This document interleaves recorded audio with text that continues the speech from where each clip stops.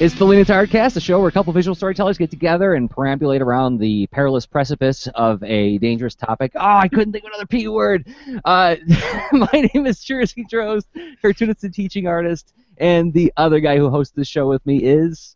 Hey, I'm Rob Stenzinger, and I do user experience design and a bit of programming, stuff like that. So we have a guest with us also today, Jersey, which pretty excited about. And yeah, I'm excited about this too. A guy who's interacted with the show in a lot of ways that always makes me say, I never thought of it that way. I'm going to have to follow up on this more. And those are the best kinds of interactions to get. So we have Owen Jollins on the show. Hey, Owen. Hello. How you doing? All the way from the UK. Yes. An international episode of the LIA Cast.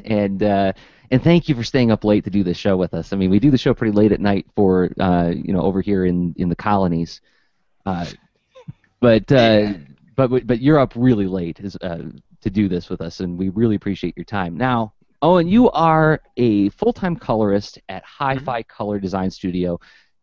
As a cartoonist, I know what that means, but I wonder if you could explain what that is to people who maybe don't spend a whole lot of time reading comics. Sure. Essentially, basically, it means that I am a freelance colorist. So I spend pretty much most of every day coloring in, comics for various different clients. And most of the work that I do is through Hi-Fi. So Hi-Fi is run by Brian Miller. And it's basically a team, so we take on loads of different comics, and the team kind of just takes different scenes, and we just run with it. So it's a studio, but it's not a physical studio that you work out of. Yeah, it's like one of these, it's like kind of an international mix of people. So you got colorists in the States, you've got me over here in London. There's guys all over this place that are part of the studio. I don't actually know, to be fair, where most of us are from. But Brian certainly is based in Arizona. So it's between us, we can pretty much work 24 hours, I think, because of all the time zone differences. And your website is owenjollins.com, OWENJOLLANDS.com. I got it pulled up on the screen so people can see it. Yeah, that's right. But beautiful stuff, man. So you've done. Let's see. Let's go through some of your your CV, as they call it. You worked on Supergirl, Teen Titans, Annual, Justice League 3000. You've done projects for Disney, Marvel, IDW. So you're the real deal. Actually, this is your full-time gig doing coloring for comics. Yeah, I mean, pretty much everything you've just listed there is actually, that's all through the Hi-Fi studio. So Hi-Fi obviously takes in jobs from lots of different places. They've got a much bigger reach than I do individually. So it kind of gives like all of the members on the team like a nice kind of broad scope to get in lots of different interesting jobs. But yeah, it's been a lot of fun so far, and hopefully will continue to be. Hopefully it will continue to be. We also should mention that you do this project called MetaKids, which you alluded to recently on Google+. Yeah, I've done quite a few books with MetaKids. Maybe about 15, I think. They're basically a startup that was maybe 3 or 4 years old now, and they do medical information for kids. So that their hook is that all of their comics are actually peer reviewed by medical professionals. So the information that they send out there is delivered in the form of a superhero comic with their own team of 5 medical heroes, and it basically allows the kids to understand either diseases or conditions that they or their parents or their friends might have, it's a great project, and they've covered loads of different conditions already. And I mean, one of the obviously really good things is that the reach on it is huge, because they sell direct to medical suppliers, so you can then obviously distribute it where it's needed to the kids that are in the hospitals, or for instance, we did a HIV book that went out to Africa. Oh wow! So yeah, it's good stuff. Yeah, Wow, this that would be that is very that is amazing. cool. Comics being used for, all sorts of good, not just Mm, entertainment, but also information, right? yeah. Some It, it, examples I see are things like asthma, severe asthma, diabetes, right? Type 1 Yeah. diabetes. Yeah. That's fantastic. Arthritis. Yeah. Yeah. Yeah.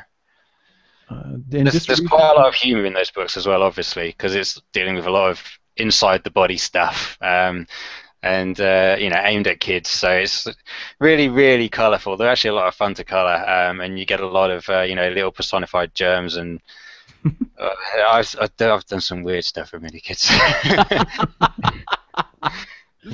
well, I Uh, mean, that's a whole other episode we could probably do just about like the Yeah. creative challenges in trying to tackle really complex information in a way that is approachable by different audiences, right? Yeah. Yeah. Holy cow. But we have now that we've introduced you, and we're so glad to have you here. We have a system for doing this show, and we usually start with a intellectual warm up exercise called the curveball. Then we break into full topic. Obviously, we're going to spend a lot of time talking about coloring comics or coloring the expressive nature of color and how color works in design and in coloring comics. We start talking about it in the abstract, talking about like the whys of doing this and the ways of thinking about it, and then we hit the ground and we share some helpy tips and ideas on how to actually put all of this difficult thinking into practice. So with that said, Owen, did you say that you had a curveball for us this time? I do, and it literally took me about 3 days to figure out how to phrase it. So I'm probably going to just read it to you. Okay. So for people that are just starting out with making comics, there seems to be essentially two methods of attack of approaching the subject. Some people go the whole hog straight away. They'll write, draw, color, and letter entire comics, and repeat and keep going and develop their skills that way. Others focus in, they specify, say on coloring or inking, and then they keep doing that until they get to a level they're happy with, and then maybe they'll move on to something else and just maintain those skills while they develop. But I figured because you guys are both creators and educators for comics, it'd be interesting to know if you have an opinion on whether one of these methods is better than the other for learning the craft of comics, or is there distinct advantages and disadvantages to each that maybe the other doesn't have? So let me do the educator thing and repeat your question back to you in my own words to make sure that I'm understanding what you're saying. You're saying that for somebody just starting out, like I want to do my own comic, Yeah. should you go in and try to learn all disciplines at once while making your own book or series or whatever? Or Yeah. should you focus on one particular discipline and level up to a point where you feel satisfied with that so you can move on to the next discipline? Is that what you're Yeah. asking me? Yeah. Okay. Rob, do you have any thoughts on it, or do you want me to take point? Well, I mean, by all means, please take point. And as far Okay. as how I'm hearing it, to me, I hear the dynamic of, well, do you go into let's see, would you benefit more from specialization or being a generalist, essentially? And that's something I think applies to a lot of different creative disciplines, and this is a conversation among game developers as well, and also those in design. Like, what should you focus on, and where would the benefit be in being focused or being general? So that's which is a super interesting question, and as it applies to comics specifically, I would like to hear your take on this to kick off, and I don't know, we'll see if I have anything to add. But Okay. yeah. No, please, please. I want to hear from a designer's perspective because, as you said, this actually applies to a lot of different disciplines. This generalist versus specialist kind of thing. I'm anticipating that a lot of people probably know kind of in the ballpark of where we're going to land on this, but with a lot of qualifiers. But I'm really curious, Rob. What would you say as a design team leader? Sure. Well, I think it has a lot to do with opportunity and the resources available around you. And if you think that, let's see, you want to pursue comics and you have sort of a club or place where you can go and you have some like-minded individuals, you'll benefit a lot from this sort of group dynamic in collaborating toward some sort of common goal. And if you have interests that are complementary specialties, that helps even more. Where, for instance, in a video game, if you have someone who likes to make music and someone who likes to do the visual design and someone who likes to program and etc. So like you could have some natural separation of interests. Or in comics, well, if you have someone who is more interested in studying their color theory versus their line technique versus their sort of storytelling and pacing and whatnot, you could have this natural separation of concerns and probably have an easier time experimenting together in some sort of shared project. So to me, like, the opportunity is a huge part of it. Like, what's currently available to you that would help you gain the most from the experience. Where if you're not in a situation where you have that sort of formal or informal garage band to pursue that effort, then I think that you're in a situation where your resources are far more aligned to being a generalist, where you pretty much, in order to act upon your interest to gain some traction in creating this, getting your stories out there, getting your work shared, then you're going to need to just take it on, do it on your own for a while, at the very least. Very practical way of putting it, I think, and I mean, I don't mean that in any kind of diminishing way. I mean, like, it's facing what you got. What do you have available to you? And I mean, speaking as somebody who came kicking and screaming into inking, I did not want to do it. I didn't want to have to learn how to do it. I wanted to be a penciler, because when I was growing up, that it was very compartmentalized and specialized, right? And so I put all of my energy into focusing on practicing my layouts and my shots and my composition and my figure drawing, and then I thought I was going to be working with an inker, and those resources didn't line up for a variety of reasons, and I found myself doing my first miniseries when I was starting out, and I had to ink it myself. I didn't have a choice, right? But sure enough, this is where I'm going to make a case for generalism, and this is my bias, because that's what I wound up having to do when I was coming into it, is that I found that the disciplines I learned in all of the other things I thought I was specializing wound up informing and boosting my learning curve in other areas, right? So because I focused so much on form and structure with my characters when I was learning penciling, it made learning coloring a little bit easier, because I was already thinking three-dimensionally about my characters as good as I could at the time, right? And the other thing I figured out is that things that I thought were going to be really painful to learn were actually, at times, very, very enjoyable to learn. Like, it took, I think, about 5 pages of inking with a crow quill on my first professional gig, where I inked my own stuff. And I remember, like, I'm loving this pen. I thought I was going to hate it, but this is terrific, I could do so much more than I could just with a pencil. So I think that being a generalist opens you up to a greater range of discoveries, which can circle back on the way what you thought you were a specialist in could do. So, for instance, let's take you, Owen. You're a colorist, right? In pursuing, from a generalist standpoint of doing everything, I'm willing to wager money that where you sit down and draw your own comic, you'd find that you'd find new, more expedient ways to do coloring by setting up your pencils and inks and compositions in new ways to accommodate the coloring. Does that make sense? That's actually exactly what I'm pursuing right now. I've reached a point in coloring where it's kind of diminishing returns to just continue coloring to learn coloring, if that makes sense. There comes a point where you learn, or you're going to learn from the work you're doing day to day, and to actually develop further, you need to kind of look outside of the specialty that you're in.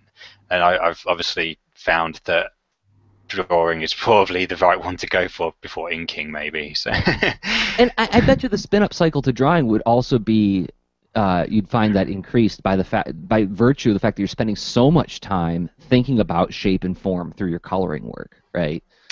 Yeah, yeah, that's something that I'm hoping is definitely going to come through. It's interesting because both me and my brother are both full-time artists, but neither of us actually trained as artists.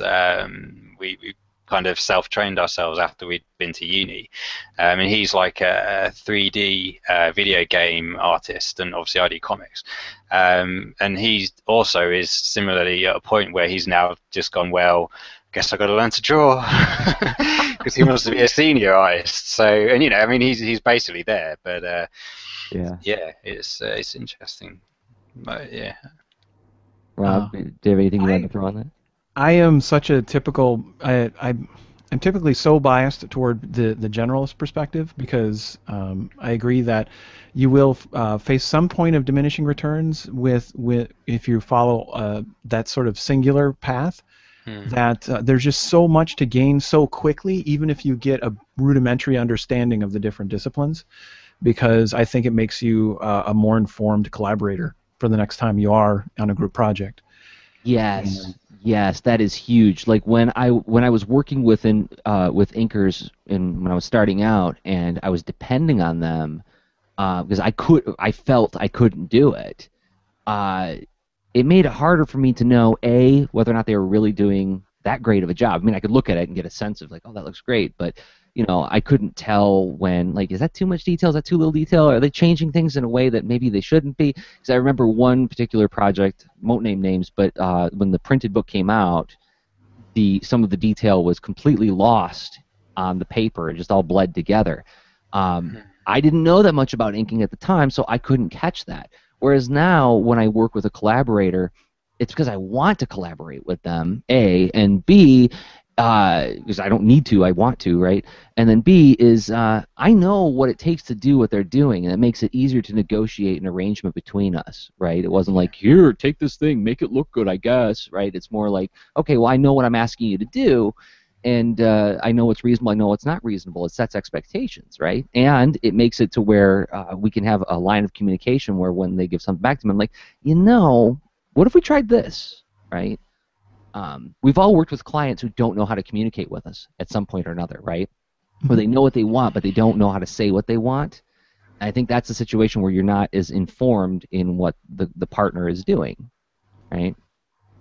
Certainly. And what better way to gain a shared vocabulary but then to, for instance, as far as clients, well, engage in, doing some kind of independent business, and then likely gaining a lot more understanding for the kind of forces and trade-offs, their design constraints, if you will, and will give you a better chance of conveying and exploring and negotiating ways that they can inform your design constraints too, because you get a feel for their language.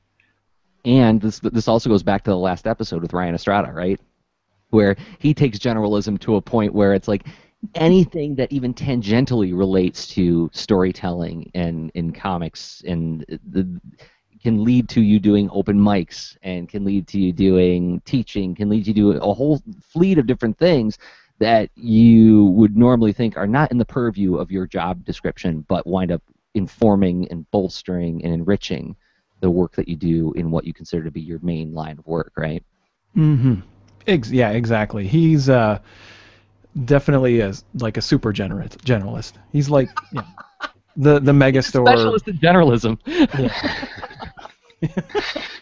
Yes, that is his specialization. Well, did we walk around that one, guys? I mean, Owen, do you feel like we walked around it? You're the one who threw it at us. Yeah, I think so. Yeah. I mean, I would say that the one thing I would say for specialism is that because as a child I struggled so much with drawing, it's the specialism in coloring that's given me the confidence to now tackle drawing in a more determined way. So that's think true. maybe That's there's a little ambiguity there. That's a really good counterpoint. Is that you, through pursuing something like one specific aspect, you are familiar now with the learning process in that one particular field, and you know that, okay, it's going to be somewhat similar to what I went through with this. Like Yeah. when I finally unlocked, oh, that's how you render shadow to describe form. Yeah. That was It's like, when 3D was unlocked for you, right? yeah. And It's you like know, it's still it's still a mountain, but you now know that it's climbable. Whereas that's a really, before it would look more like a sheer cliff face. that's a really good point. But yeah. So I mean, and again, it comes back to resources. I mean, if you can specialize in something that is A, enjoyable for you to do, and B, is something where you feel like you can start getting work in it, so that it's not just well, even if you're not getting work in it, if it's something you really enjoy doing, it can be something that you spend a lot of time in, knowing that Yeah. eventually you can take on the other things, right? Yeah. It's all manageable. It's all manageable, and there, going back to like defending generalism or specialism, one thing that I really gets my hackles raised is when people start talking about like any kind of prescribed method or schedule, right? You don't have to follow any kind of prescribed formula. You just, I think Rob's rubric is, I think, a solid one here, is like look at what your resources are and what you can manage right now, knowing that eventually you'll get to it all. All right. Yeah, makes I sense. think that's excellent. All right, we rounded it off, and so then that means we got to get to main topic, and I'll do the bridge music now.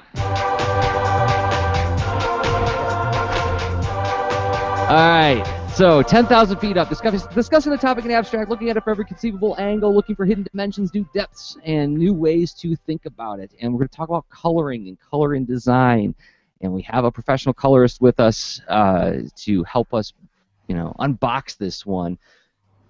Now, I wonder if you guys will indulge me by letting me preface this topic, because this is something that comes up in a lot in my classrooms, this whole idea of like, because I teach a lot of like really beginning, real beginning cartoonists, like not only kids, but adults who are just starting to getting into comics for the first time, right? And so I try to break it down for them, a way to like sort of make the topic manageable. Let's see if I can pull up my screen here.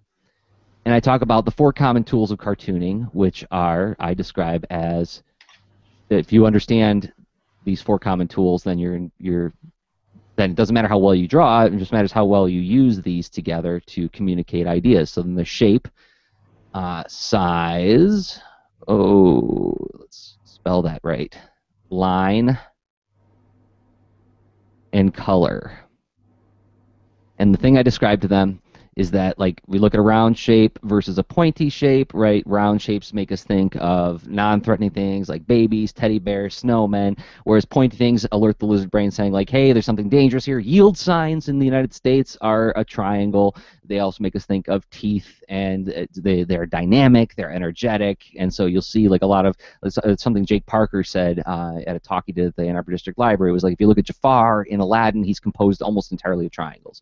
Size, if you look at size, you got a little smiley face and then a big smiley face, and you say which one is happier. People are invariably going to say the big smiley face because size equals emphasis, and that's why panels are different sizes in comics. And size gets used a lot in design to create a sense of attention, emphasis. Look at a website. What are the different sizes going on the website? There's a reason for all that. Line in comics, I think, is the most fascinating place in the world because the whole world is rendered in lines. We talked about this with Dan Mishkin a couple episodes ago. And if I draw a straight line, say, like, people say, oh, that makes me think of calm, smooth, approachable, at ease. But if I draw a wobbly line, people go, well, that's agitated, it's moving. It's not moving, but it implies movement. So you use different lines to express different things. And like you can see this in, we can put all these together in a word balloon where if I say, let's fight. And we read it one way, but then if I put a smooth line around it, we read it one way. But if I put a pointy balloon around it, we read another way. And if I put a wobbly balloon around it, we read it another way, right? So there's shape, size, and line all in a nutshell in a sound element. But then we get into color. And they're like, well, how can color be expressive? What does color got to do? Like, if we agree that shape, size, and line all have expressive potential in design and comics, then how does color become expressive or impressionistic? And if we can buy into this claim that I'm making here, that color is indeed expressive and is one of the key ingredients of visual storytelling, I wonder if we can dig into that. And with that, I will turn it over to you guys for opening thoughts on this. Like, how is color expressive? Color is just like, it's ornamentation, right? It's like I put on a green shirt because I want to look like a cool guy today. I put on a black shirt because I want to fit in New York City. Color's just it's just window dressing, isn't it? It has nothing to do with storytelling. Well, I know. I just bashed your job. I mean, you know, to be fair, if you want it to just be ornamentation, you can use it that way. You're missing out on a lot of potential. I mean, you know, color can set mood. You can use it to. I mean, you can use, for instance, color to set the time of day, say a nice night scene, but without actually having everything dark. You can keep it all nice and light. You can make sure the comic's nice and clear and readable, and you know, you can set all different kinds of moods. Be it I don't know. Give me some ideas.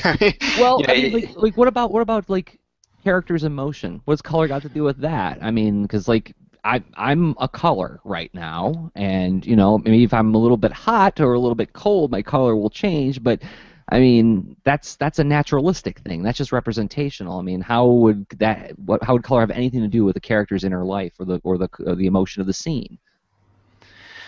well, you know, I mean, depending on what you want to convey of your characters, you can use, I mean, you know, the obvious ones, you've got your warm and cold colors. So, you know, red is the primary, I guess, hot color. So if you've got, you know, anger or passion or something like that, you can, you know, go for something like, maybe you could go monotone, change your style for a single panel to give you an extra bit of punch. Just go with lots of different reds, or you can even, you know, you can highlight a particular character's anger in, say, a monotone blue panel simply by making that character's blue more red than everyone else's blue. Like red, for something to appear red or any color, it doesn't have to be that color. It just has to be more that color than everything else. So you kind of, you've got options. No matter what you're trying to achieve, and then obviously you can use different kinds of harmonies to convey different feelings. So if you want to, let's see, I should have thought of some examples before I came on, shouldn't I? I've got an example actually that I just noticed the other night. So the other night I watched the American version of The Ring, the horror film based on the Japanese horror film Ringu, I think is what it was called. I've heard of it. Okay, or Amelie is another example that a lot of people talk about in cinema, Mm. right? Is using a lot of interesting color combinations. But the thing I noticed about The Ring, which was a horror movie, was the whole movie, everything is bathed in green. Like no matter what time of day, no matter what the setting, there was always this kind of green wash on the screen, almost like they had like a gel on the camera or something. Mm. And it wasn't a vibrant warm green. It wasn't like the green that we think of when we think of like grass or trees or moss. It was a very cool, kind of sickly green, and it just the entire movie was cast in that color.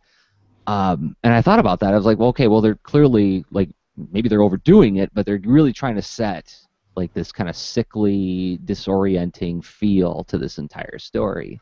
Yeah. Right. Now that would be like one form of color harmony is like having everything almost monochromatic, but like I'm wondering what you mean by like, can you have color harmonies of varying types of color? Can you have like warm and cool operating together harmoniously?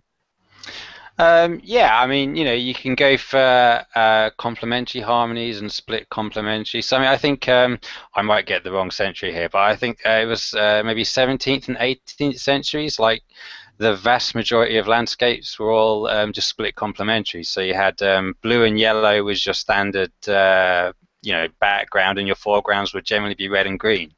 It was just a really nice harmonious feel. It separated the planes really well. Conveyed atmosphere, really easy to do atmospheric perspective with blue and yellow as well, which is a nice bonus. Oh. Well, there's our But first healthy tip early. That's awesome. I did not know this. but yeah, I mean,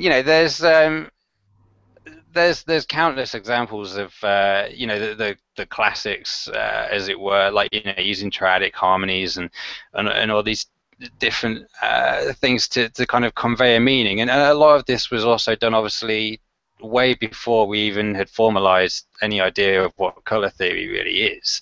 I mean, a lot of I think a lot of what we actually do with color is kind of instinctual, because we kind of we live in the world, and we grow up in it, and we're influenced daily by not only nature but also all of the design decisions that everyone that's currently making art and advertising and design is throwing out into the world.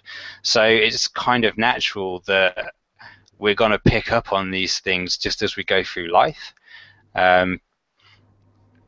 Yeah. A lot of it, we do internalize what we're seeing around us, and I mean, this is something we were talking about with Dan Mishkin a couple episodes ago too. Is that all this formalistic thinking happens after the fact, and you discover things that you were doing intuitively on the page. You're like, oh, that's nice. I'm glad I did that, right? And then this academic stuff is, again, this is something I've beat on 100 times. Is it's something you do to sort of jumpstart your engines to get you back into the game when you're stuck.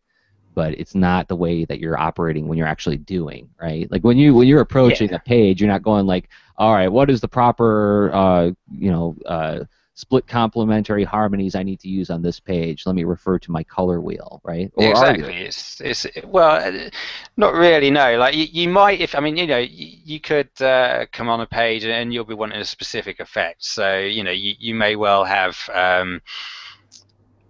a tone that you want to set for an entire book. Like it might be a love story, or it might be a horror, or you could have a mood that you want to set for a particular scene. Like it could just be a spooky moment or something like that. So you'll kind of have something to really focus on to drive your color choice before you actually get started. And that then can lead you into thinking, well, okay, so if I'm going to have a green cast on this, but my client hates monochrome, then I'm, okay, maybe I'll go for complementary. Will that work? Will that still be able to be spooky? Can I figure that out? And generally, you've got quite a lot to work with color. So you've obviously got the hue, which is what we've been talking about quite a lot, but you've also got your saturations to mess around with, which gives you, a vast range of options with every single color.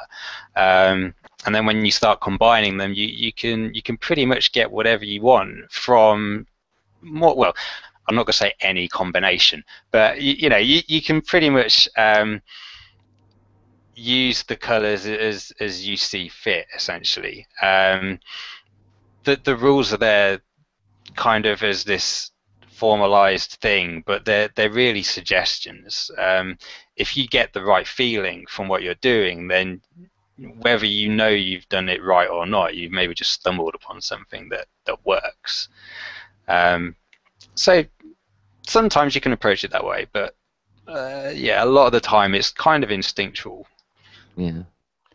Rob, I'm wondering in terms of design, because I mean, like when I go to different websites and I go to different apps, I'll notice different color combinations are happening there, and especially in giant corporate websites or corporate apps, I'm sure these things are not just purely instinctual. I'm sure that these things are discussed ad nauseum. So I wonder if you could lay on a designer's perspective on this, on what color means and why you choose different colors.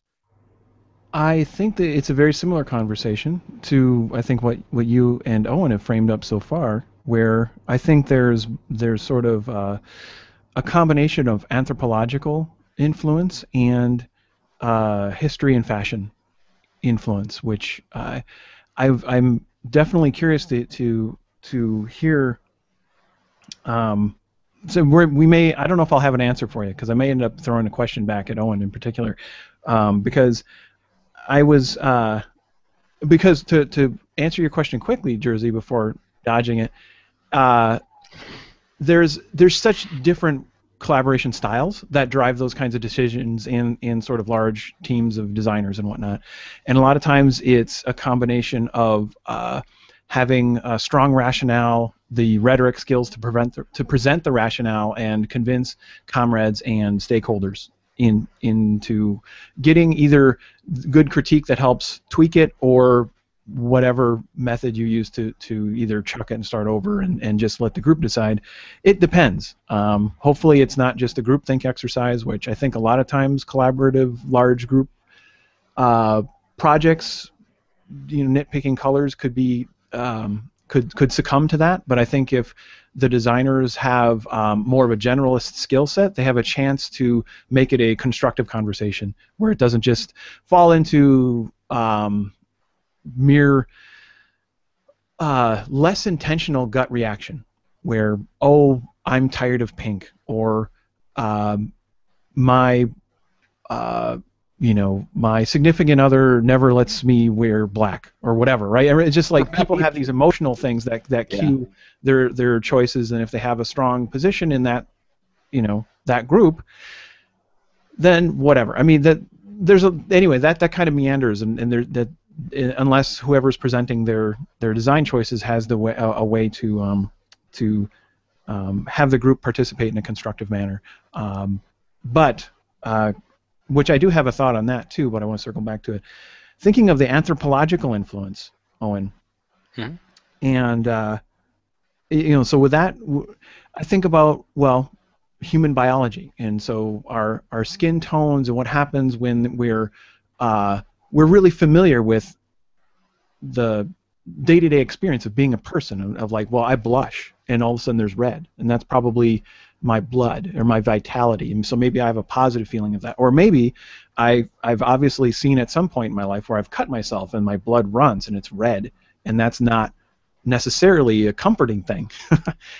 So I want to use, if I'm making art, I want to evoke that sort of sickly, dangerous thing. I want to bring that sort of tone of red and whatnot. Is that a too simple way to characterize it, or does that kind of thought process ever come to play when you're doing this professionally?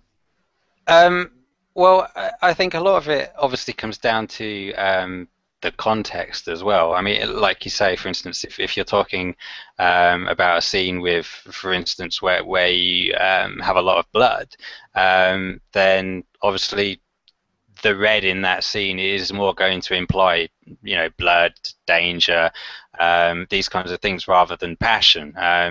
Although if the context of your comic is that you've got essentially, two lovers embracing or something, then it's going to be a much more implied, passionate red. And also, obviously, you'd tailor your red towards that feeling. So your red for the passionate scene may be, more towards the pink end. Not so dark, a bit lighter. Whereas if you're going for the blood, then you're probably going to go for darker red, but also with some very violent clashes. So you want a lot of contrast in there, and probably again less contrast, more kind of a softer atmosphere, if you will, for a love scene take on the same color. So if it's almost, I'm hearing texture is like this partner to the color then. Yeah, how you interact, either like within monochrome or within multiple colors between the two, like plays quite a large part. Obviously, there's that process whereby you essentially have relative color. So we've all seen the things where you get like a dark square and a light square, and you put them inside of each other and they look either much lighter or much darker or totally the same depending on what's going on. And that's something that you have to really kind of bear in mind when you're coloring to try and get a certain effect. Not because you're accidentally going to run into this and it's going to make everything look strange, but because it's something that's really useful to make use of. And if you're aware of it, then you can tailor your choices a lot more easily to try and get, for instance, a softer transition from, say, maybe a pink to a blue. Maybe your lover's scene is ending and it's not ending how they'd want it to. So rather than getting more passionate, it's actually cooling off, and you need to make that transition. It helps kind of make that a smoother move, and it also allows you then to play around with the colors you're actually using on the characters, because you don't always. Some clients will want you to stick with local color no matter what's going on, but you don't always want to just retain your local color for your characters and for your environments. It's a lot more fun if you've got that freedom to experiment with what's going on, and you can still retain the feel by obviously remembering that different colors have different value ranges, and keeping the relative the relative saturations and value changes between them, so you still imply that they've not suddenly changed clothes. But yeah, I'm rambling. Something to layer on top of that, Owen. So like, let's say like that there's that scene transition, just to explore the scenario of the lover's passion. It's going in one direction, seems very positive, and then there's the change where things are cooling off. And you mentioned sort of some sort of hypothetical choices. Now, how would layering on top fashion affect those choices? So, because we talked about that as a factor. Yeah. And, like, somehow, would it be like a super famous commercial that used color well, and all of a sudden it's inspiring, or how would that work? See, I don't have a great deal of reference with commercials, and generally like kind of I guess current fashion, because I don't watch a lot of TV. That's like a theme of this show, is like how making things makes us so busy that we are way out of sync with the rest of pop culture. Yes. But if you look at it on a more general sense, rather than kind of what's hip right now sort of thing, then obviously you have the example of the easy example is, I guess, superheroes, where they all have their own set colors and all this kind of stuff. So you can't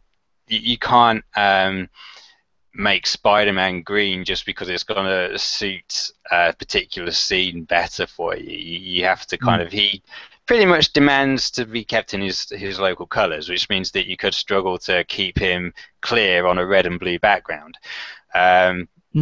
That's where playing with saturation and with value really comes in. And to be honest, value is probably one of the most important parts of color. Although it's black and white, in grayscale, it's essential. Value really helps with separating your planes and keeping things clear. And if you, I guess, swing that back to fashion,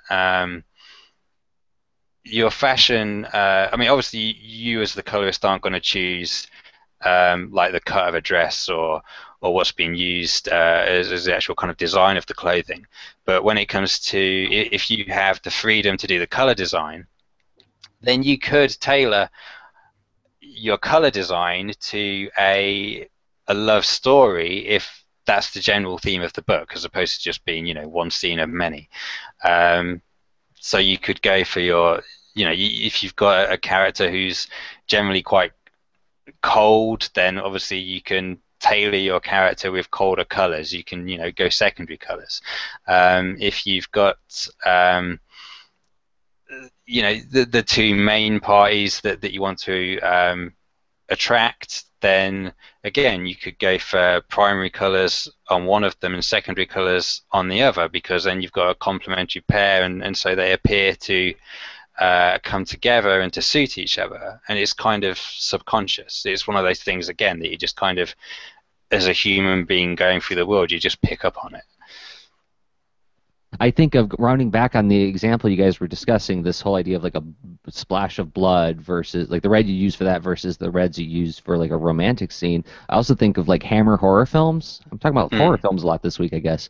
And I don't know if you guys have seen any of them, but the blood in those are like, it's famously super saturated. It's like the reddest red you've ever seen. It's almost neon red, if that was a thing. right? And which creates this kind of extra reality. It's a hyper reality. It's not. It doesn't feel real. It doesn't feel like as grounded and visceral as say like a torture porn movie like Saw or something like that, right? So even the saturation can change the way the thing feels.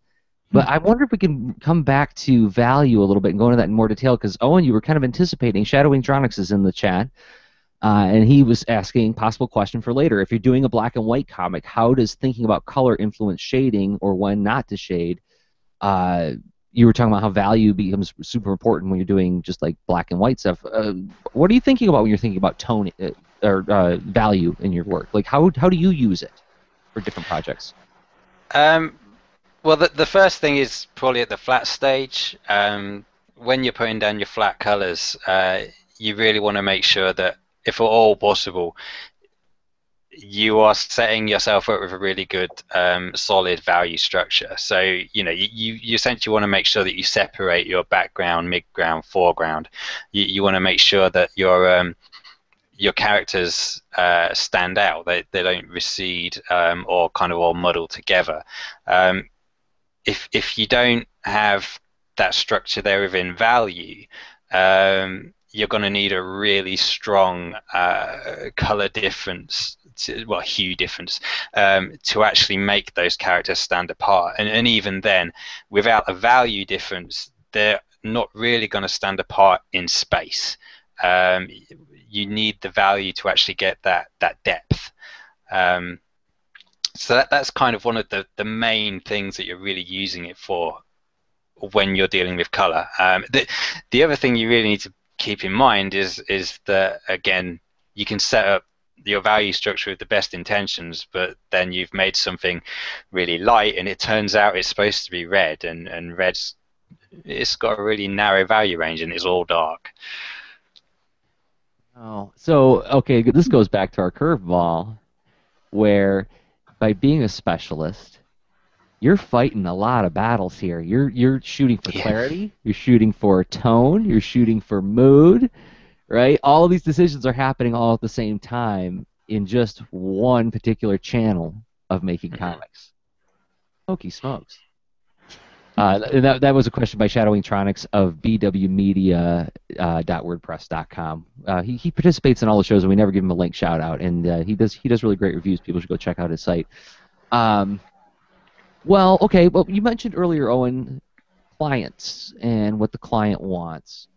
When you're doing your freelance coloring stuff, how much information, how much input are you getting from the client in terms of what kind of colors to use, or what kind of values to use, or what kind of saturation or desaturation to use in the scenes? Or is that pretty much left up to you, or is it in the script? How much input do you get?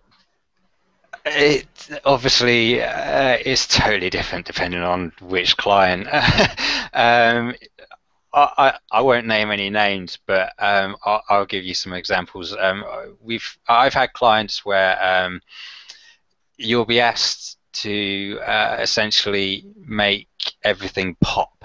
Now, obviously, if you want to make everything pop, that suggests that you want to make the characters pop, because they're who you're really following. And then, obviously, you want to just make the environments nice and clean, nice and visible. But then you send in to your client, and you're like, okay, here you go, you've got your characters popping, and it's all going really well. And then they're like, oh no, but the background doesn't pop. And then you're like, so you don't mean pop. So you get these conflicting things, because to one person, pop means something in their head, and essentially what it means is I want everything super saturated, and then obviously to you as a colorist, pop means I want a lot of depth. I really want the key things to stand out. And then you'll get some clients who are like, oh, I don't like brown, please don't use any brown. And it's got a lot of stuff in there that's brown. So you've got these extra battles that you need to filter in. But then you get some great clients as well that will send you. For instance, one of the good things that Medikids does is that they because their scripts are peer reviewed, they send you a lot of information in their scripts, and there's a lot of reference, and the reference is very useful, particularly with medical equipment and all this kind of stuff, because you'd often be looking otherwise for things you don't know the name of on Google. So some clients send you this kind of stuff, and then we'll get things. Maybe from like DC, that they're really good. Well, actually, DC obviously varies quite a lot because you have a lot of different writers. So sometimes you'll have a lot of freedom because there won't be that much art direction at all. So you're essentially just going off of what the pencilers and inkers have given you, rather than anything that's in the script. And other times the script will have quite a lot of information, so they'll maybe have specific color casts that they want, or they'll certainly set up time of day and all those kinds of things for you, which influence your decisions as well. But yeah, so there's a whole gamut of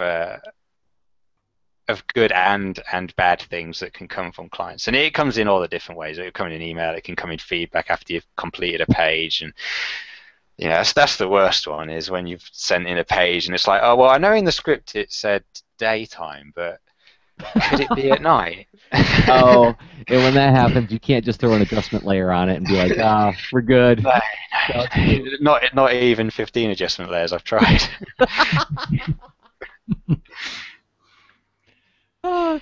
Okay, but what about when you're what I'm trying to dig at here is how do you, and you said that you intuit this, but I'm curious, like how do you decide on which battles to fight? When we talked about clarity, tone, mood, and etc.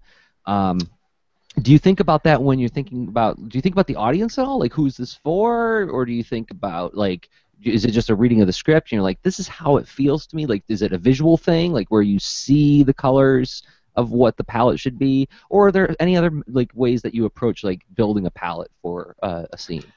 I think it changes quite a bit dependent on whether it's your own project or whether it's a client project. If it's your own project, my main focus would tend to be on first of all, probably who I think the audience is, and then secondly on what my own sensibilities are, and how I just feel it should be going.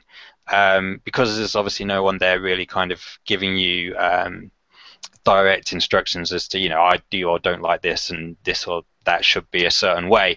You're kind of free to make all those decisions yourself, and I think that probably means in general, spend longer on that kind of page because you're thinking about those things up front a lot more.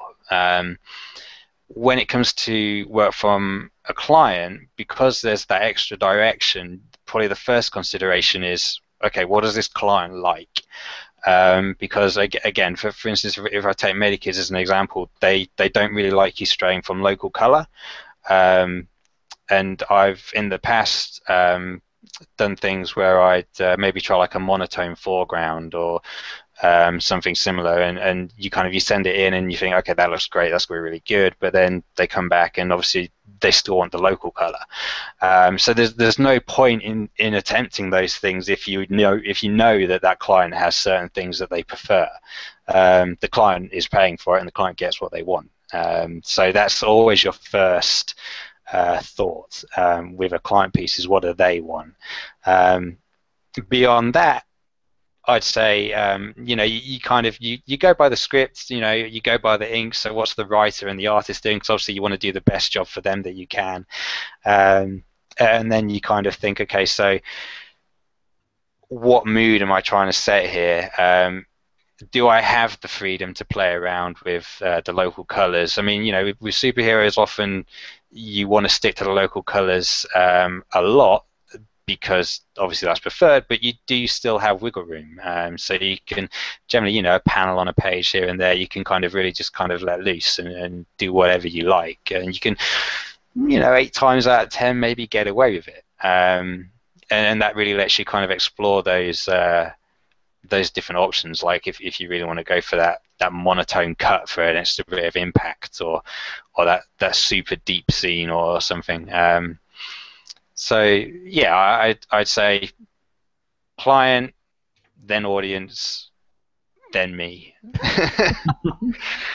If it was just for me and no one else was going to see it, then I'd be first. Yeah, yeah. So when you're doing it for yourself, it can be entirely from the gut, and it can be entirely just tailored to your tastes, and then Exactly, and there's tons of line art freely available on the internet. So that's when you do your experimentation. Like when you're kind of just doing it for practice, then that's when you just let loose, and kind of that's what then you can feed back into taking maybe not the whole way you did that page, but certain examples from what you've been kind of messing around with. So maybe you set yourself a challenge to do, I don't know, 4 pieces entirely in yellow, or entirely in yellow and blue for a complementary harmony or something.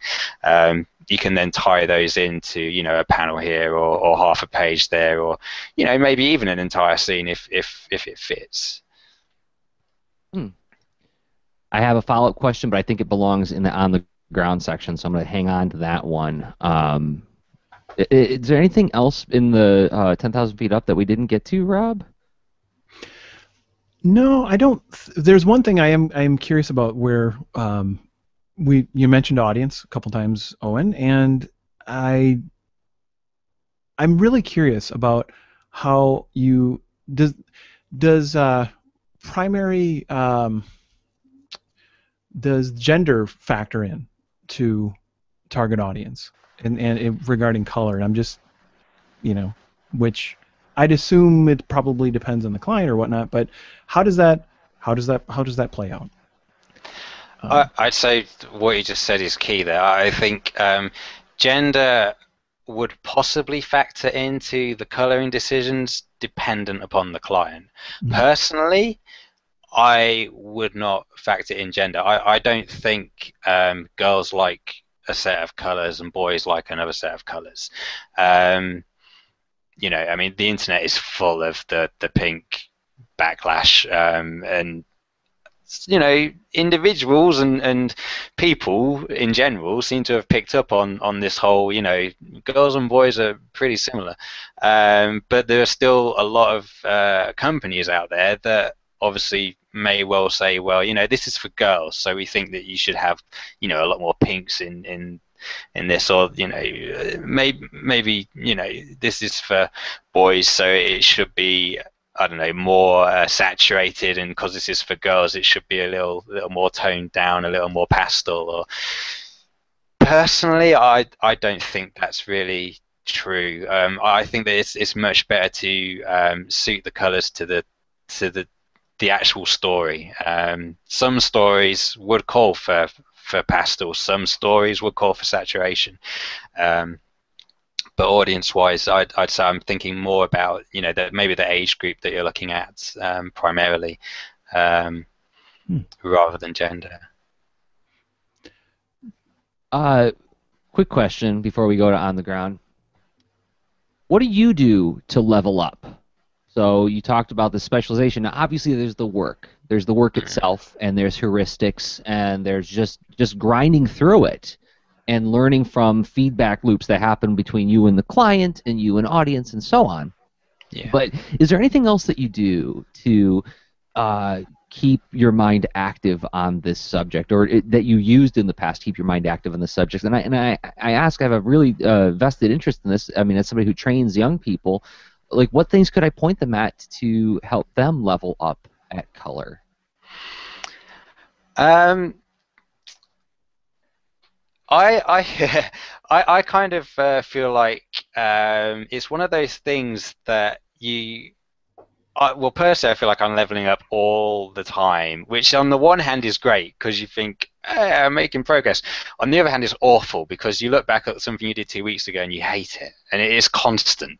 So you just have to keep reminding yourself, okay, I hate it because I'm getting better. So it swings around. But I'm getting better. But in order to actually level up, I guess that the things that I do, or what do I do? Okay, I analyze my own work. So I will complete a job, and then again 2 weeks, maybe a month later, I'll look at what I've done, and I'll think, okay, so what did I do here? What could I do differently? What could I do better? I also look at, I mean, one of the benefits, obviously, of being in a team is that there's some colorists on the team that are senior. Brian obviously heads the team up, and there's a host of senior colorists, and you can kind of look at what those colorists are doing, maybe that's a bit different to you on a given book, which might give you some ideas for the next time you do that book. So there's kind of looking at more experienced people in the same field. Also, there's obviously studying classical artists. So there's a lot to be gained from doing actual what's the word? Like reproductions, like an actual kind of study of, say, a classical painting, or even like a colorist that you really like. Like there's nothing wrong with getting the line art, looking at what they've done, and then literally just replicating it. As long as you don't go posting it on the internet and go, look what I did.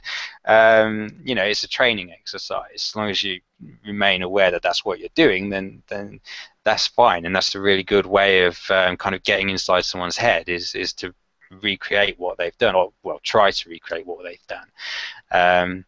Also, there's so much out there that's like training material that's just great. I mean, colors like are fascinating on so many levels. There's artistic, scientific, philosophical elements to color. What have I? Okay, let me have a think. There's a website, the Gnomon School. It's a concept art school, pretty famous, I think. They've got 2 DVDs on color theory. Hang on a second. I think one of the color theory, the mechanics of color, and also practical light and color. They're both great. Really good in-depth looks at color theory and pretty much everything behind it, and different applications for color. Also, I have this right here. James Gurney's book, Color and Light. He's a genius. You can't go wrong with that book. It is full of useful information. And obviously, light is... Say the author's name again, please. It's James Gurney, Gurney. It's an amazing book, Color and Light. So much information. I learned so much reading that, and you'll read it over and over again. Also, sorry, I was prepared. There's if you're looking at coloring, there's the Hi-Fi book, which is Hi-Fi Color for Comics. Currently, you can't get this because it went out of print. Brian recently did a Kickstarter which was successful, and I think it's getting reprinted in November. But part of that is that the whole thing is getting massively overhauled. And he actually asked, us colorists and people in the Facebook group that he's got, what do you want? Like, what would be useful? And so now it's got maybe, I think, 8 or 10 new sections, all about like coloring grayscale art, coloring in CMYK rather than RGB, and when you might need that, lots of different things, like loads of cool stuff. So if you just type that into Google, you'll find their website for that. And there's also the DC book, coloring and lettering comics, the DC guide. That was one of the ones that I started off with as well. That was super useful. So all those things, like for people starting out, would be great. Oh, and also obviously that website on my Google Plus, Hue Value Chroma. If you want to understand color, that's the place to go. It may not give you much information that you can directly apply to art in the same way that, for instance, James Gurney's book would, but it will really kind of, if you read through it a few times, it will really let you get under the hood and start to really understand what you're doing with color and how it works and how you kind of process it. Yeah, you posted a video from that website on Google Plus recently, and I watched it, and it was fascinating how it was really breaking down how color is not empirically there. Yeah. It's just it's something our eyes put together for us to make sense out of these funny wavelengths bouncing off of things. And there's no guarantee that we all do it the same way. Yeah. Well, that answers that 4 o'clock in the morning stoner conversation right there. Yeah, exactly. Yeah. Well, I feel like we walked around the abstract part, Rob. What do you say? Oh yeah, and that's it's almost like we're going to take a look back and say, hey, wait a minute, we're on the ground. And for that, I think I'll go ahead and do something uplifting. All right, we talked about all this theory. We gave you guys a bunch of resources for following up and broadening your mind in terms of how color works. Now let's talk about how to actually do this coloring stuff with some helpy tips in the on-the-ground section. Strategies and advice for using color more effectively in our design and our comics. So I had a follow-up question, something you were talking about earlier, Owen, and this is like a practical thing. Grabbing color palettes, like when you're talking about like looking at old masters art or looking at the way other colorists do it and like just copying it. I'm wondering, do you, when you're like studying other people's stuff, do you ever like grab their palette? Because like one of the things I do is I have a private Pinterest board where whenever I see like art that I really like and I'm not even sure why I like it, it'll just be like the colors are really neat. I'll grab it and I'll just put it in this huge bin of images of just color combinations that grab me for whatever reason. And when I'm doing different projects, I'll rifle through that to go like, okay, well, let's look at some things that grab me and why does this grab me? Maybe I can apply that to this. And one of the projects that you saw and you were commenting on recently was this Captain Seriously thing that I did a while back, where that was literally how I came up with the color palette for that story. Was I went through and I just did like image searches for 1987 adventure cartoons.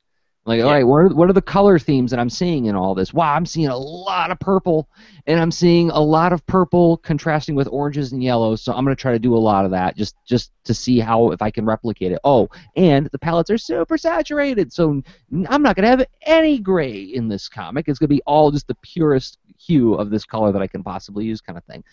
But that all came out of just doing like a bunch of image grabs and just sort of like squinting at them and seeing like what are the themes that I'm seeing here and how can I apply that. Do you do anything like that do you do any palette grabbing? And if so, how do you do it? To be honest, pretty similar to what you've just described. I don't have a Pinterest board. I tend to collect stuff either on DeviantArt, or I'll have certain Tumblrs that I'll go to where other people have already collected together, like lots of different reference. I don't really get Tumblr, to be honest, so I just tend to use other people's resources on there. And there's actually a Tumblr where I think it's a Tumblr. It's either a Tumblr or a website where they've grabbed lots of different color palettes from movies and possibly TV shows as well. I can't remember the name of it off the top of my head, but that's a great site. That's essentially analyzing all these different classical movies and like famous movies and just like showing you the palette so you can then work from that. But it's similar to yourself. If I'm doing something with a certain theme to it, I do some roller derby stuff every so often, and that tends to have more of kind of a vintage feel to it.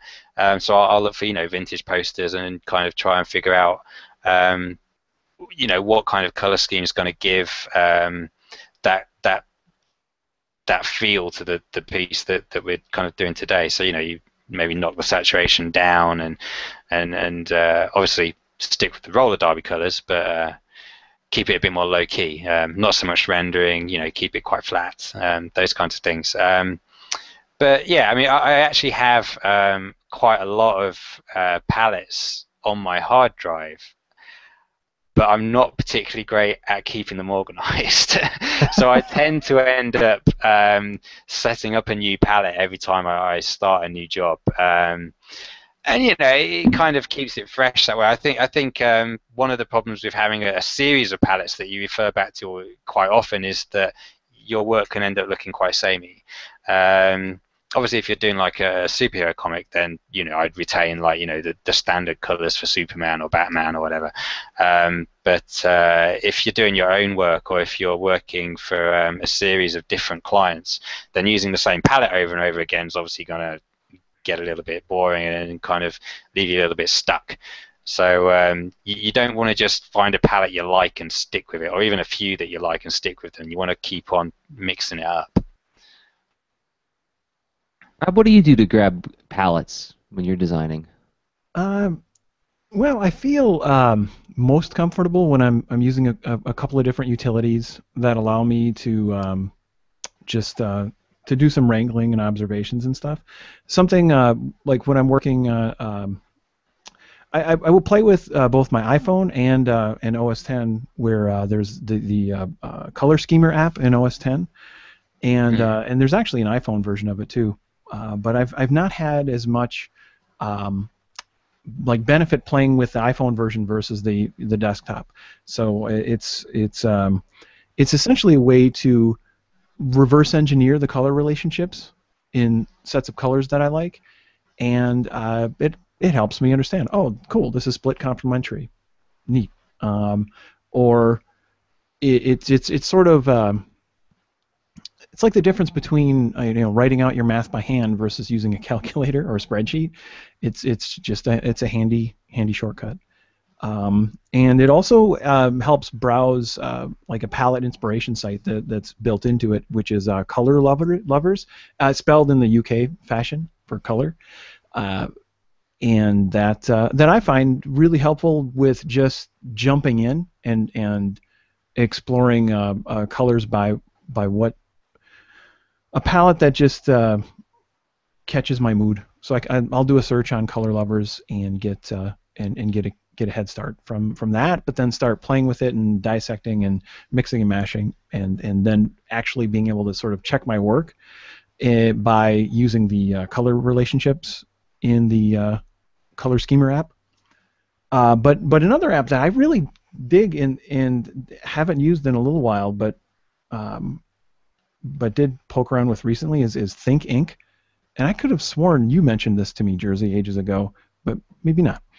It's almost, it has this what do they call it? The almost like a prescriptive mood intent corporate-y way of exploring colors, which is handy if you're in that world where it's like, I need something that's thoughtful yet bold, or I need something that's that appeals to that has a moody feel yet is intelligent, or whatever. And it's just, anyway, kind of a fun way to explore palettes. I may have talked about this before. I remember this app back when I had iOS. Yeah. You just you can start with, you can even start with just like a base color, and then it'll give you like different arrangements of moods for that base color, like color combinations and harmonies, right? Mm-hmm. If I remember right. Yeah, and you can also start based on a photo, where I remember you might have talked about this on a Thunder Punch Daily once upon a time, where there was like you got a color palette by taking a photo of what was it, Omega Supreme, or That's right. That's right. Yeah. So okay, I had this toy on my desk, and I took a picture of it and used the Thinking app, and that's how I came up with the color scheme for the Comics Are Great website. Yes. And it was my site. I get to do what I want with it, and I thought, well, every time I look at this, I'm very happy, and I want my website to make it very. And it turns out that he's using colors that we associate with happiness, oranges and reds and things like that, and a warm gray. It's not a cool gray, so yeah. Something as simple as that can be derived from just using photography and a cool app like Thinking. I wonder if they have an Android version. I got to check now. Yeah, they might. Yep. Sorry, go on, Rob. Oh, please, Owen. What were you saying? I was just saying there's an add-on that I have for Photoshop as well, which I've forgotten about, which is called Colorus, and it's a color wheel, but it's got a lot of extra things within the color wheel, so it'll actually let you, for instance, select like a split primary or a split complementary and all those different kinds of things, but it's kind of uniquely got the option to apply actual functioning gamut masks as well. And it's got, it's got like a series of basic gamut masks to kind of start off with, and then you can obviously like move them around and experiment. So that's pretty useful. As just something to experiment with and to play around with is the gamut masking tool. There's websites that do that, but having it inbuilt to Photoshop, actually restricting you to that specific mask that you set up, that can really kind of, it's got, restriction equals opportunity and creativity, that kind of thing. So it's really useful for setting up those experiments.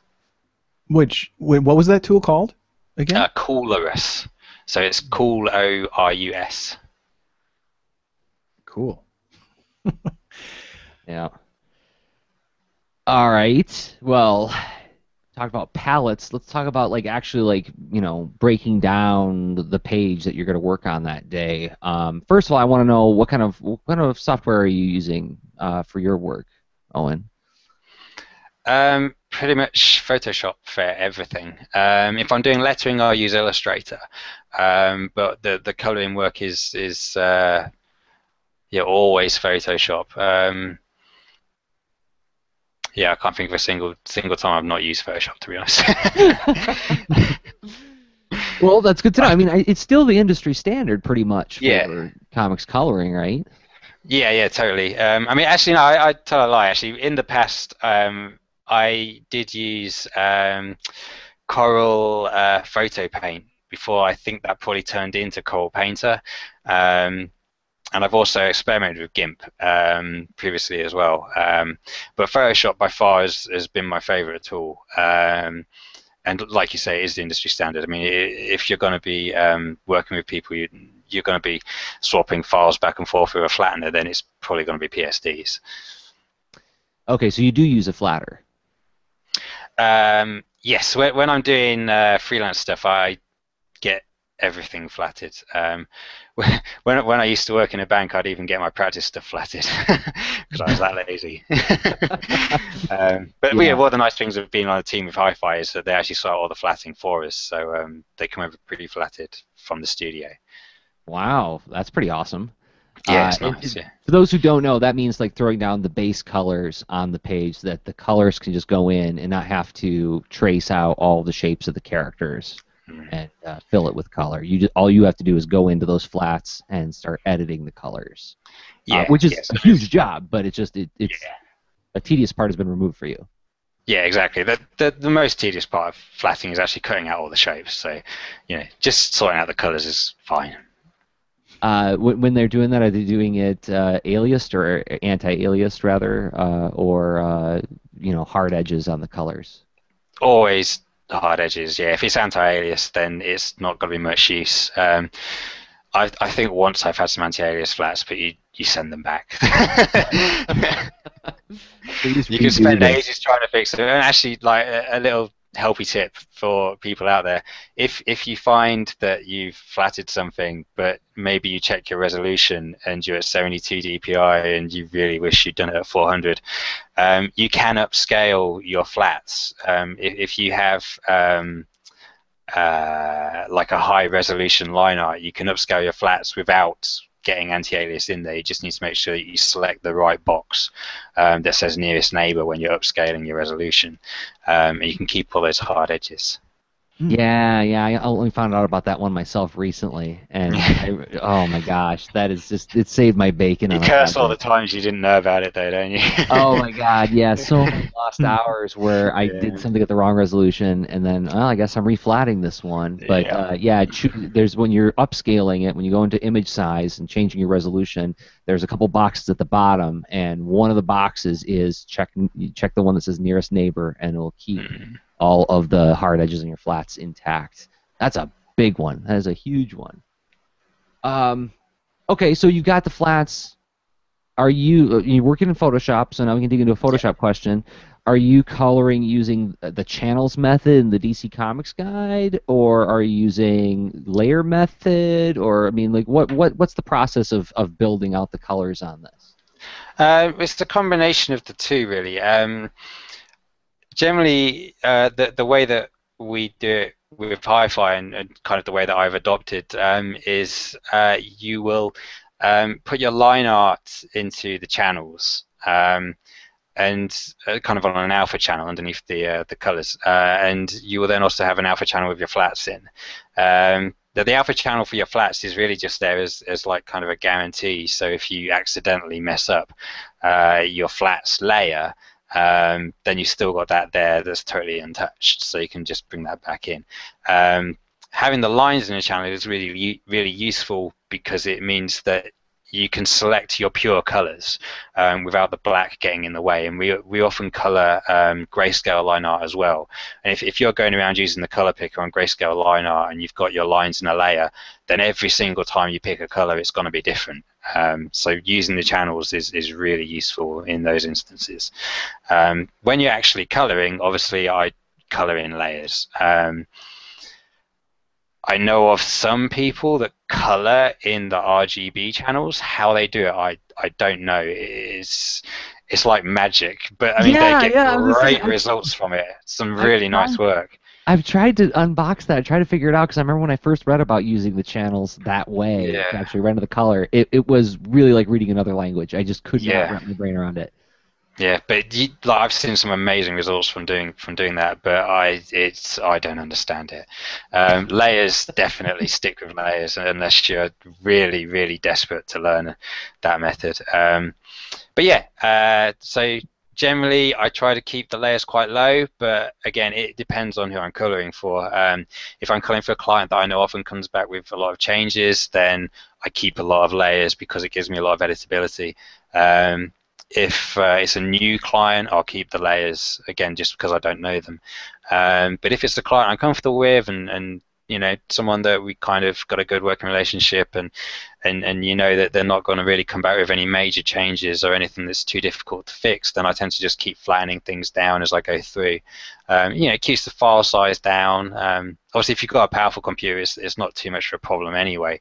But if you're going to be, you know, transferring files around or ending up with a stack of layers, then you've really got to then start wasting time on notifying all these different layers, because it's no good having 200 or 150 layers that have got all your work in, but you haven't made any notes, because it's got to take you just as long to find the layers it would have done to just fix it had it all been flattened.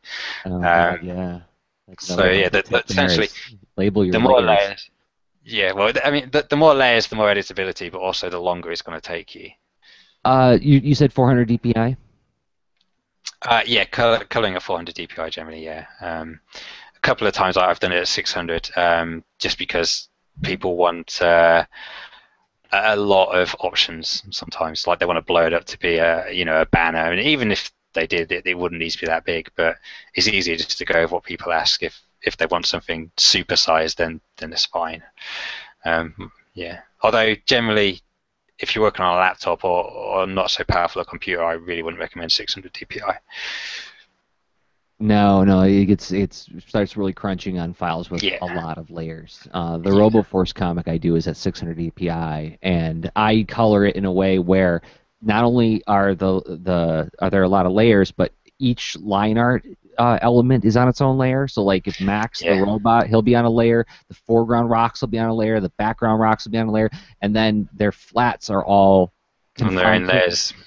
I have them in folder groupings so that they can all be moved, right? You can move them around like assets on the screen. Yeah, that's actually how the Medikids jobs are done now. Oh, same way.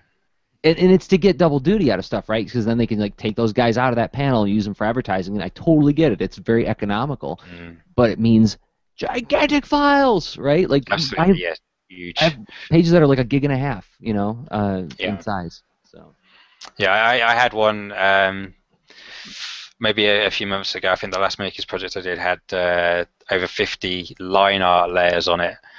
So you can imagine by the time it was done, I mean, you need a flat layer to go over each of those, and then a render layer to go over each of those, and then your traps as well, and then special effects. And I mean, that file was ginormous. But they do digital motion with the same ones now as well. So they do a print book and a motion comic essentially. You said the traps. Could you explain that real quick? 'Cause that was a hard learning curve for me as well when I was first starting out. Yeah, with your ink layers, you want to essentially underneath your blacks, you want to put a solid base of like kind of a grey underneath. The most common one that's used to be 60-40-40 in the CMYK scale.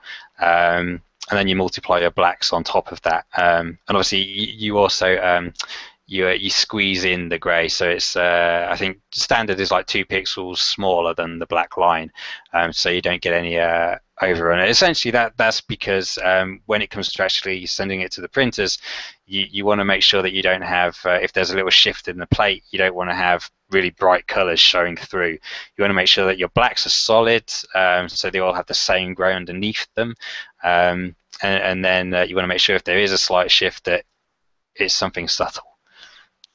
Yeah, and so I'll make a layer called underblacks, which will be underneath my line art layer, and then I'll select all the blacks on my line art layer, and then you just go to select or selection contract by like 2 pixels, and then just do a fill of that mix that you said is like 60% black, and then 40-40-40 for cyan, magenta, and yellow. And then because that's just because of the 4-color printing process when you do offset prints, and when you're doing digital comics, doesn't matter. But if you're going to do offset printing, it's a good practice to get into ahead of time so that you're not surprised by it when you get the printer's proofs and all your blacks are kind of see-through. Yeah. And it's also, again, if you're doing grayscale, that goes out the window. You do not want to start trapping grayscale line art.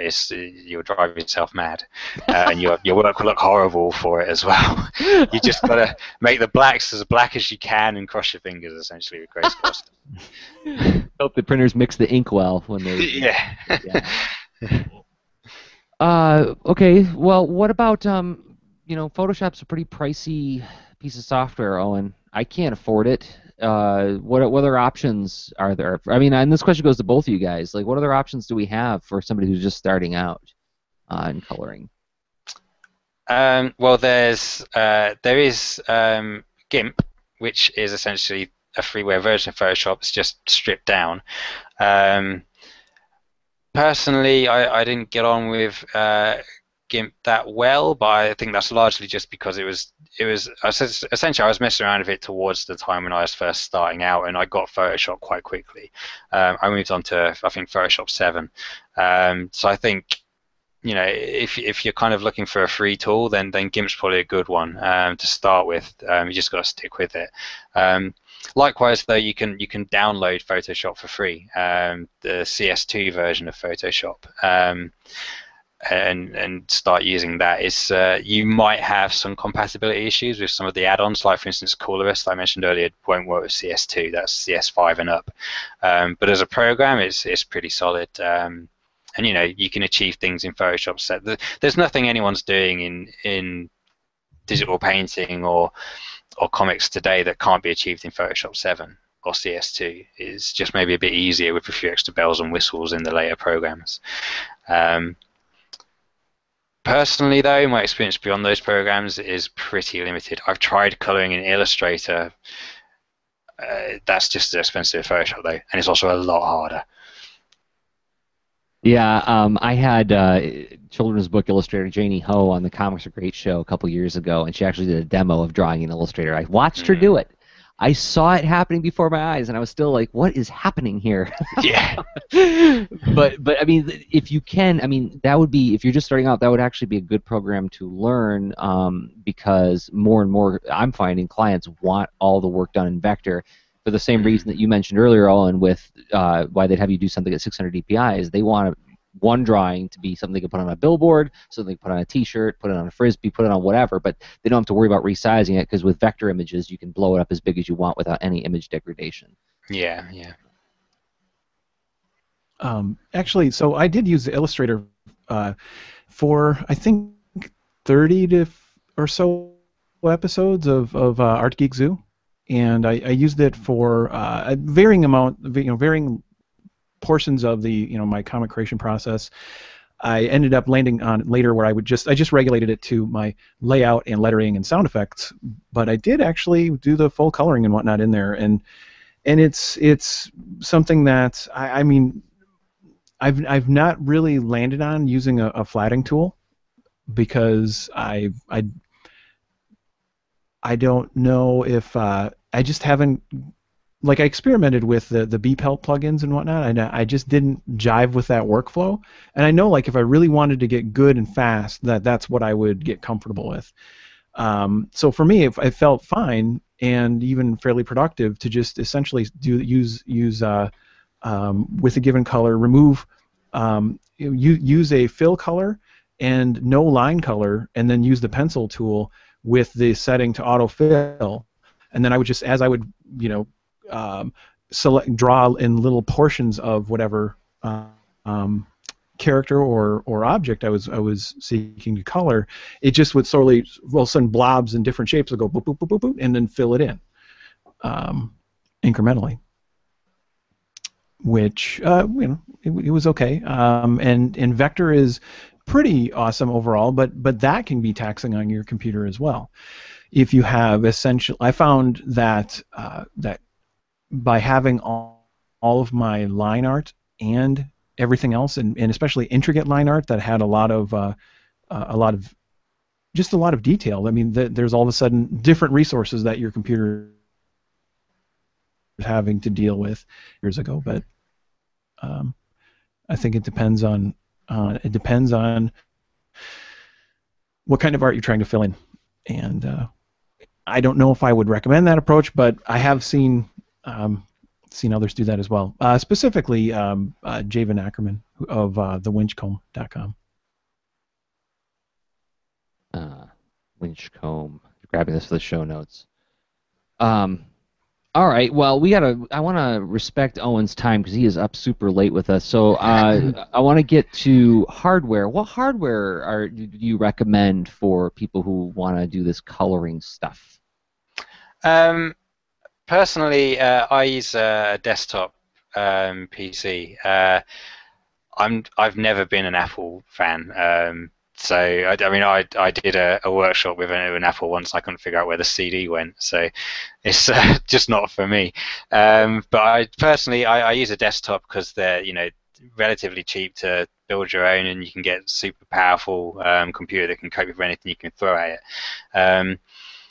You also have the benefit of being able to get a decent monitor. I had a laptop, the one that died today, which was meant to be my mobile studio, but I never ended up using it that way because the screen just couldn't give me the color reproduction that I wanted. And maybe if I bought a much more expensive one, it would have been fine, but a reasonably priced laptop probably just hasn't got a screen I'd be happy with.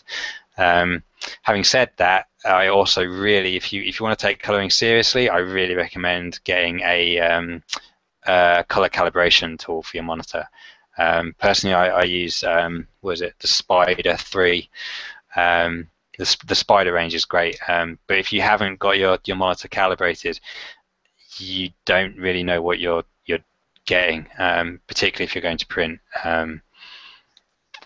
Yeah, if you're looking kind of online, people are going to see different things anyway because not everyone's monitor will be calibrated. In fact, most people's won't be. But if you're going to be the colorist, you really want to make sure that what you're doing in Photoshop or whatever program you use is going to be what you're getting when you actually send it off to the printers.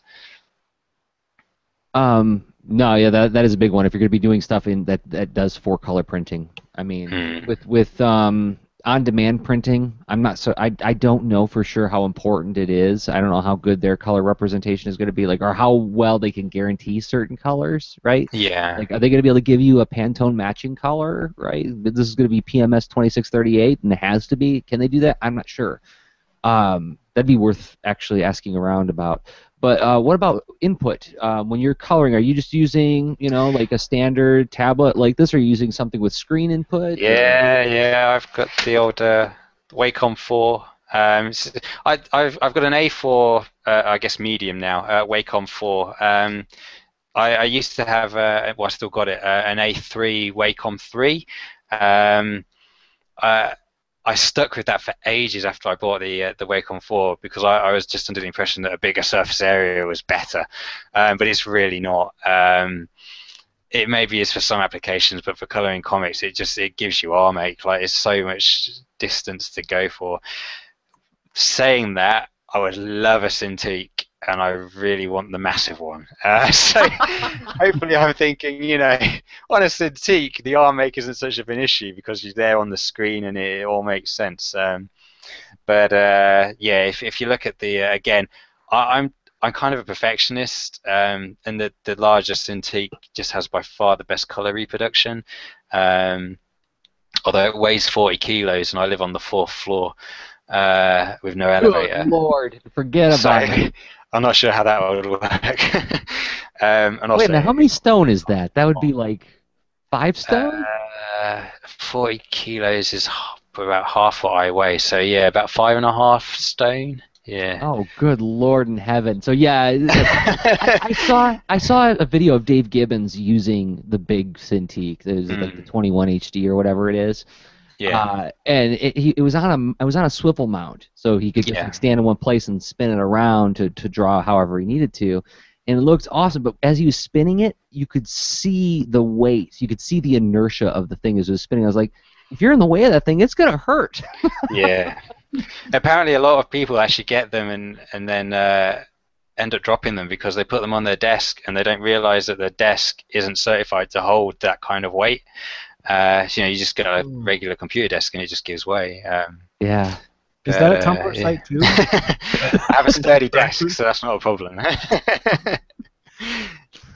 But yeah, no, standard Wacom, if you're coloring, is going to be fine. The Wacom 4 Up is probably the best because they have the on-screen dial menu, which is super useful. I've got lots of shortcuts on the pop-up HUD menu. So yeah, I kind of recommend the Wacom 4 onward. Okay. Well, that's cool to know that. I mean, like, because it's like these little ones. It's like they're really cheap, and they like. I agree with you. I had a 12-inch. I don't know what size that would be in UK sizes, but it was like a fairly large tablet when I was first starting out. And I ran into the same kind of situation where upper arm kind of ached from all the swinging around, and I found that I can actually takes longer as well. Yeah, it kind of did. Like, you're mapping a larger area to your screen, so to get across the screen and to like do a stroke across the screen, actually, there's more energy and more movement involved. But you could do just as I do professional coloring on this little itty bitty guy, and this is just a bamboo, right? And it's got pretty much everything I need. Rob, you've got a Cintiq. Mm-hmm. Yeah, I have the Cintiq. Was it 12WX? What have you? Yeah, circa 2008 or so. It's still really good. It has not as good of color reproduction as my my laptop's monitor. Yet it's just the process of working with it and the quality of the touch experience and all that. It's a great tool. So it's and it's far less expensive and back to destroying if you're going to carry the full one. But then again, you're not really carrying the full Cintiq in your backpack or anything, right? So yeah, that's true. Yeah, it's more of an event. As long as you have a sturdy desk, it sounds. So note to self, Well, but yeah, I'm quite satisfied with it. And after having the Galaxy Note for a while, which I have done some professional work on. As a matter of fact, I did a gig for a professional animation company on it, but it was just like character design stuff. It wasn't like it was like character sketches, so it wasn't anything where I had to do like real painting. But I did do. There are several panels of the Warren Commission report where I drew it entirely on the Note, but I wasn't doing full pages on it. It was just like certain panels where I needed a certain style. But after doing that, it's like drawing on a screen is pretty great. So, but for me, it's like, and this is where everybody has to evaluate their own needs. Like, I'm thinking mobility is key for me. It's like I'm hooked on this idea of drawing on this little tiny thing that I can take anywhere. So, rather than for me getting a big Cintiq, it sounds much more appealing to get like a tablet type Cintiq, like the Cintiq Companion or something like that, which you're sacrificing size, but you're gaining the ability to draw anywhere I want to, right? Yeah. We had this discussion actually on the Leonard Patreon site a little bit. Yeah, yeah. But okay, well, I want to respect your time, Owen. So let's round this off. We didn't get through like half of what we wanted to, but this is the way it always goes at the Leonard cast. Um, so let me just ask you this. I'll give you a really hard, squishy question to close with. Okay. I'm 19 years old. I'm just starting out. I'm like, no, and I don't know how to make a living for myself in this comics world as a colorist, but I'd really like to be a colorist. What's the one thing I need to know more than anything else? The one thing. I know there's not just one thing, but you know, like one thing that you wish you knew when you were starting out. I'll tell you what is a very common mistake with starting colorists, and it's one that I made, and it led to me recoloring 20 pages of the first graphic novel I ever did. And it's one that I've seen people make who have done, you know, they'll make a comic and it's their first print out, and they take it to a con, and it arrives the day of the con, and it's all just mud. It's totally brown, black, browned out, horrible mud. Oh And man. that is ink levels. It's such a big thing to kind of get your head around. Essentially, what you need to kind of think about is future proof. Do everything as if you're going to print it out one day, and you will save yourself so much trouble because you just don't know what's going to happen with your work. You may well want to collect stuff together in a sketchbook that you're going to print out when you're some megastar or whatever, or you just don't know. So make sure that everything, for starters, is done to the right resolution so you can print it. And then whilst you're doing your work as a colorist, when you're starting out, the people you're working with and yourself will thank you if you keep an eye on your ink levels. So what that means is if you have Photoshop, have the information box open, and just whenever you run your cursor over any part of your page, it will tell you what the CMYK values are of that particular point. And you want to make sure that the total number of that CMYK total, if you add all those numbers up together, preferably for internal pages, is 240 or less. Less is better. But obviously, get the look that you want. But if you start going over 240, then on standard quality papers, you're going to start running the risk of having your inks smear and smudge and not going to the paper properly. They'll oversaturate the paper. The other key thing to keep an eye on is specifically the K tone, because this is what turns everything into mud. If your K tone is starting to go over 20 in most colors, then you want to tone it down. You want to find a way of replicating that look without K. Generally bringing in a bit more C and taking maybe the M up and the Y down, or just kind of experiment around. You can pretty much get a similar color to what you were going to go with less K, and the printout will look so much better.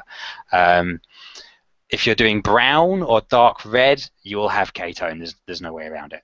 But aside from those, and probably green as well, but aside from those, keep it as low as possible, and especially in yellows and really that kind of weaker colors. Really keep it down. You'll thank yourself. And you won't have to recolor the first 20 pages of your graphic novel. I did not know that trick about the info box. That is an awesome tip that I'm going to take to my next project. It's the one window I always have open. Yeah. All right. Yeah. So 240 or less, and watch the K tones, the black tone. Yeah, I mean the 240 is kind of an overhang, I guess, from like when back in the day when the golden age, silver age of comics, when they were doing it on newsprint. Because if you've got 240, then that's going to be fine on newsprint. It just kind of it's a good number to aim for. If they could work with that back then, you can work with that now. And yeah. Oh, very, very. That's super good to know, because I've worked with young artists who have a propensity for heading over into the K on their colors a lot. And as a person who likes more saturated colors, I thought it was just a taste thing to dissuade them from that. But now I've got a practical reason to say, hey, watch watch your K. Yeah, try not to do shadows with the multiply tool. If you can color from dark to light, I find personally I prefer going dark to light. I will sometimes use the multiply tool for certain areas, and people can make it work. It's all just experience. But I find that if you use the multiply tool for your shadows, you have a lot less control over your specific ink values, so you're more likely to end up with muddy colors.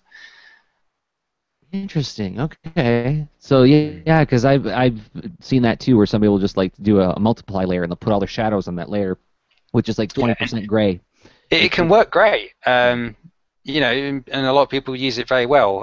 But I think if you're starting out, it's useful to kind of get that kind of knowledge of what you're really aiming for with your actual ink levels and your colors. So it kind of allows you to kind of be more in control. I think it's always like, if at all possible, it's better to have more rather than less control of what you're actually putting down on the page. It will teach you more too, right? Yeah.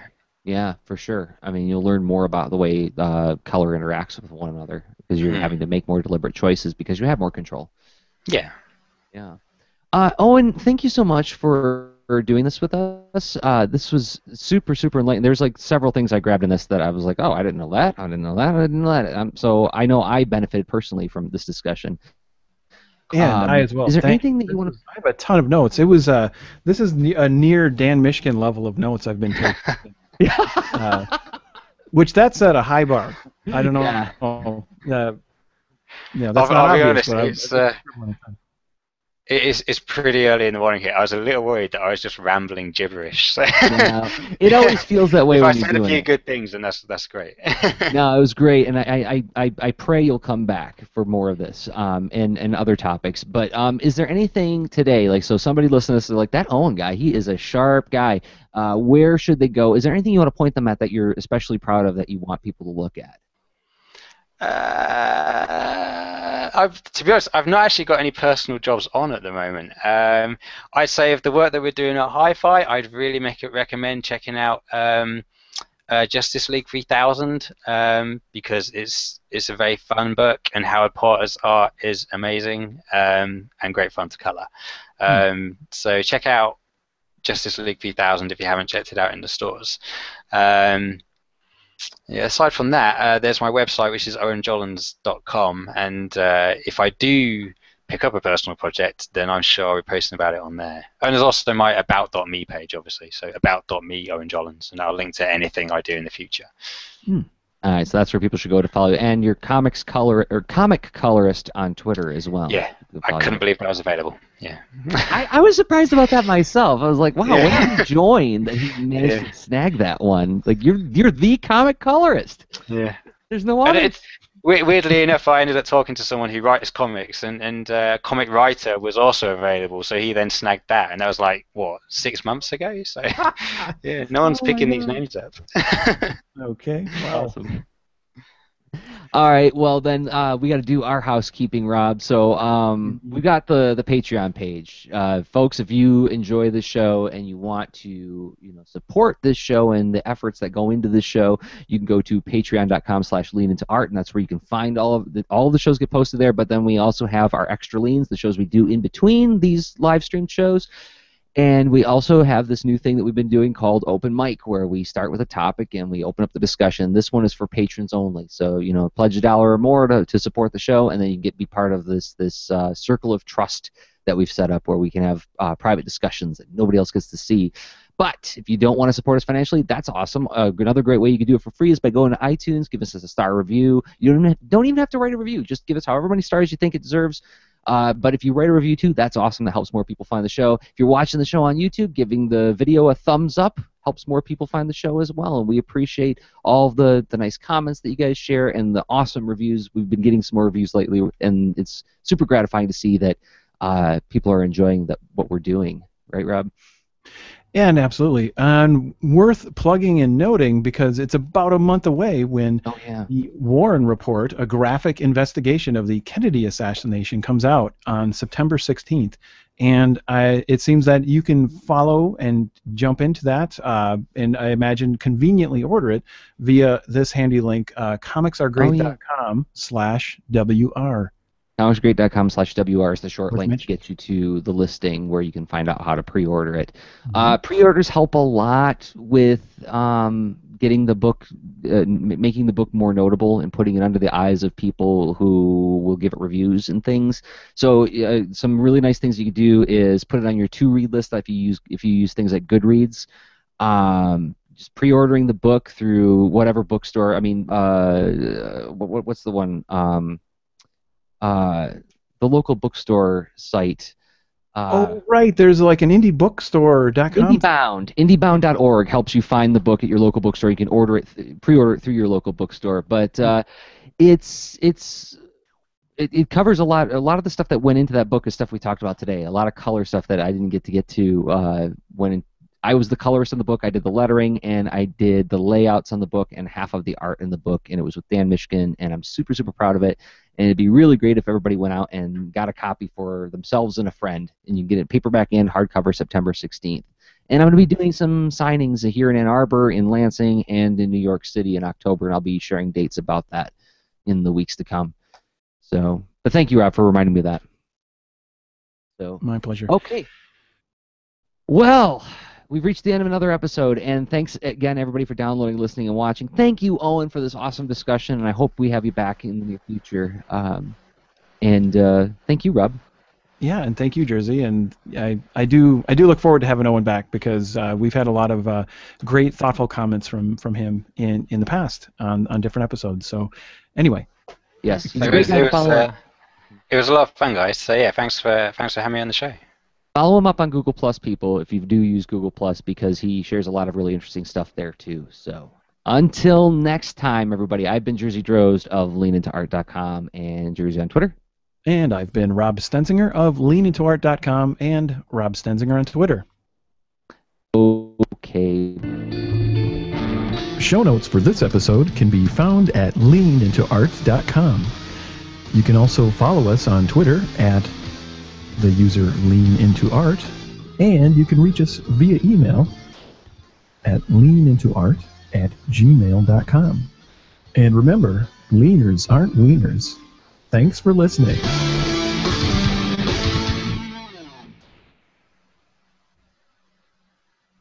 All right. That is it.